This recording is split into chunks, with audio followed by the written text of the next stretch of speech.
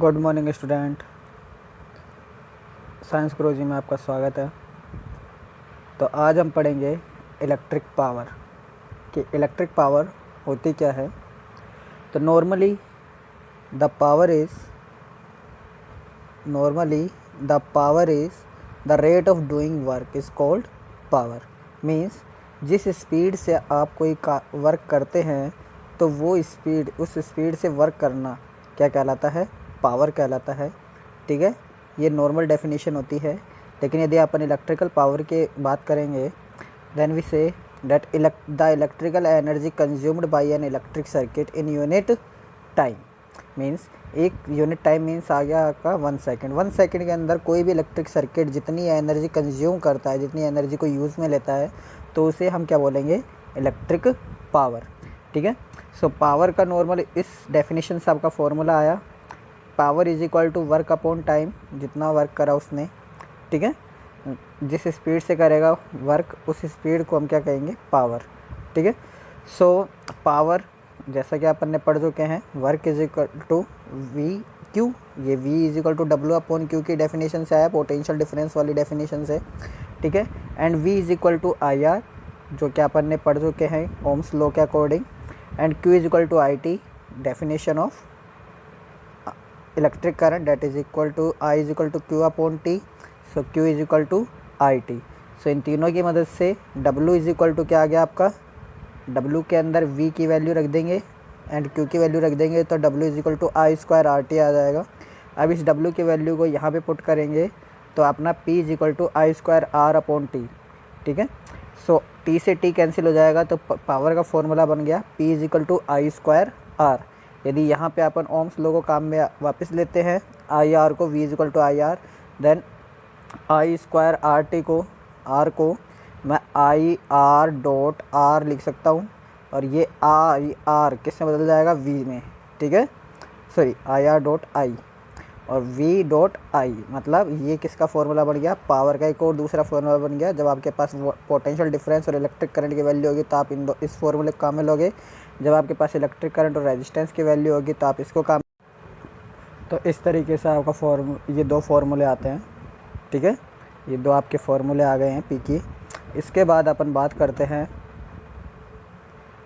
Unit of power, power की unit के बारे में कि पावर की यूनिट क्या रहेगी। तो पावर की यूनिट क्या रहेगी? पावर के फॉर्मूले से अपना P is equal to W upon T आया। ठीक है, तो W की यूनिट आ गई आपकी जूल एंड T की यूनिट आ गई आपकी सेकेंड। सो जूल अपॉन सेकेंड को कंबाइंड फॉर्म में अपन वॉट बोलते हैं। ठीक है, जब वर्क की वैल्यू 1 जूल हो और टाइम 1 सेकेंड हो। ठीक है, सो पावर आपका हो जाएगा 1 जूल अपॉन 1 सेकेंड, और 1 जूल अपॉन 1 सेकेंड को अपन बोलेंगे 1 what. So 1 what is the power of a circuit if it consume 1 joule energy in 1 second. तो 1 वोट क्या हो गया? 1 वोट किसी सर्किट की वो पावर होगी जब वह सर्किट 1 सेकेंड के अंदर 1 जूल एनर्जी को यूज़ में लेता है, तो उस समय उस सर्किट की पावर क्या कहलाएगी? 1 वोट कहलाएगी। इसके अलावा कुछ अदर यूनिट्स भी होती हैं इसकी, जैसे किलोवाट, मेगावाट, हॉर्स पावर, जिसके अंदर 1 किलोवाट का मतलब हो गया 10 की पावर 3 वोट, 1 मेगावाट का मतलब हो गया 10 की power 6 vote, and 1 horse power का मतलब हो गया 746 vote. This is the most important unit that in exam times the ask. So 1 horse power has 746 vote. So learn it. Okay, this is the most important. The 1 horsepower has the 746 watt. Then next is your electrical energy. So electrical energy means the work done by a electric current is called electrical energy. Electrical energy की normal definition क्या होगी? जितना भी work होगा electrical circuit के अंदर उसे हम क्या बोलेंगे?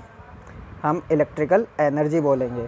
सो जैसे कि अपना पावर का फॉर्मूला था P is equal to W upon T, तो यहाँ से अपन निकाल लेंगे W is equal to P multiply by T.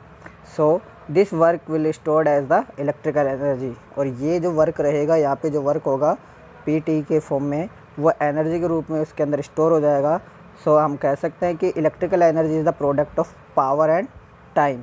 Power और टाइम के प्रोडक्ट को ही क्या बोला जाता है, इलेक्ट्रिकल एनर्जी।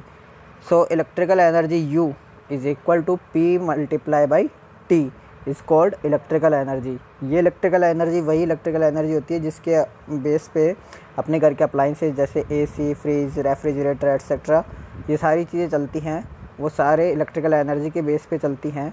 और जो जितनी इलेक्ट्रिकल एनर्जी वो कंज्यूम करते हैं, उस इलेक्ट्रिकल एनर्जी का ही अपन बिल में पेमेंट करते हैं, या जो भी अपन पावर हाउस होता है उसको पे करते हैं।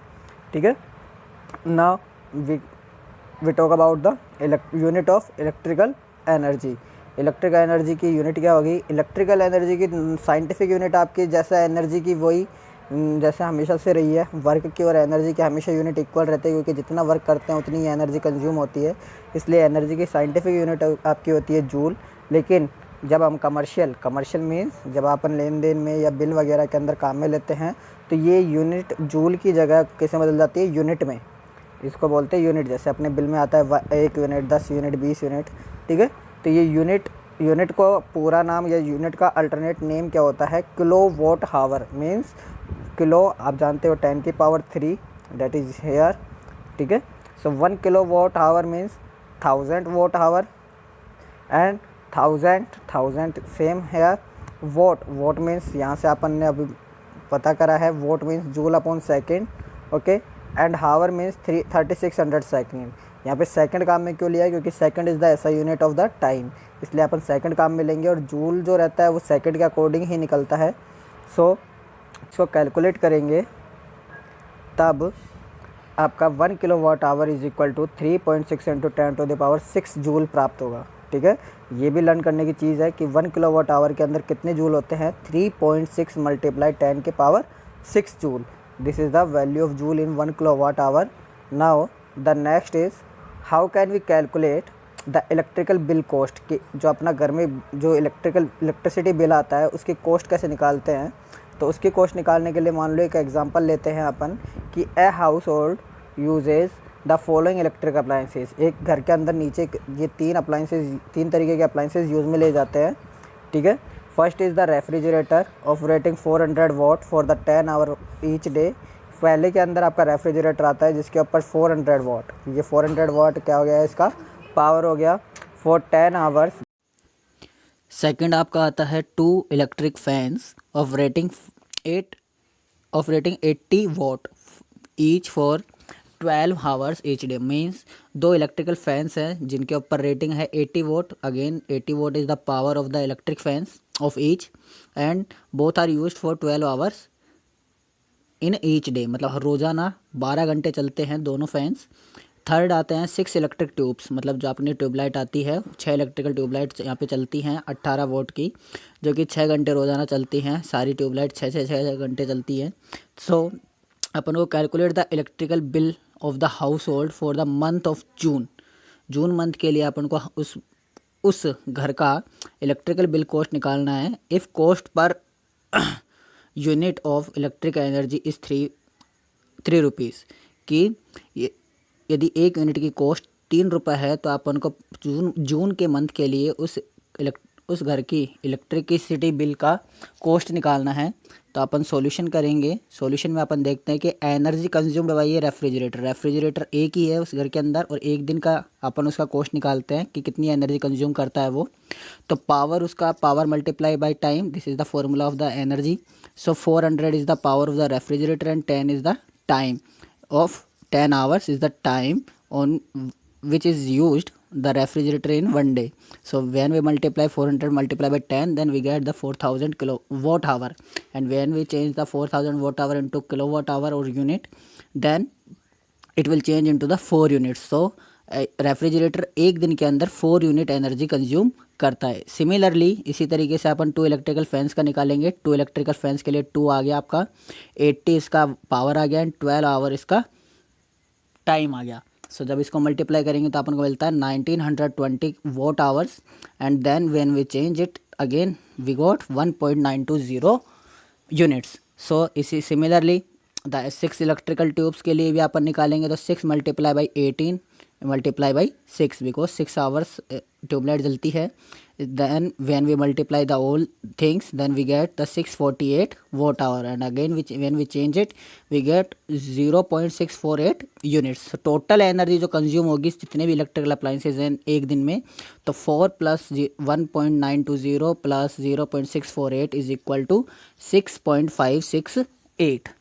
देन जून मंथ है, तो जून मंथ के अंदर कितने डेज होते हैं? 30 डेज होते हैं, ठीक है. सो तो total energy consumed by the electrical appliances in 30 days is equal to 6.568 multiply by 30 is equal to 197.04 units. So total June month के अंदर उसने कितने यूनिट दिया उसके बिल ने, कि उसके बिल में आएगा 197.04 यूनिट्स. और जैसा कि क्वेश्चन ने दे रखा है cost of 1 unit is equal to 3 rupees. Then cost of total energy consumed by the household is equal to 197.04 multiplied by 3 is equal to 591.12, and this is the symbol of nearly, so that is nearly to the 591 rupees. So this is the final cost of the electrical energy that is consumed by that house hold. तो इस घर का total bill कितने का आएगा? 591 rupees का. इस तरीके से हम बिजली के बिल की काउंटिंग कर सकते हैं. ये आपका एक इम्पोर्टेंट क्वेश्चन है जो कि आपके एनर्जी वाले पॉइंट से बनता है, ठीक है. और इसके जैसे और भी क्वेश्चंस रहेंगे जो कि आपको पीडीएफ में अवेलेबल करा दिए जाएंगे, ठीक है. इसके अलावा यदि आपको कोई भी प्रॉब्लम आती है, कोई भी दिक्कत आती है, तो कमेंट बताइए. कोई भी किसी भी टॉपिक में कोई भी कन्फ्यूज़न होता है तो आप कमेंट से मेरे को बताइए. चैनल को लाइक करें, शेयर करें, सब्सक्राइब करें, और सारी वीडियोस को देख के और अपने कमेंट्स, ओपिनियंस वगैरह सब मेरे साथ शेयर करें. Thank you. Have a nice day.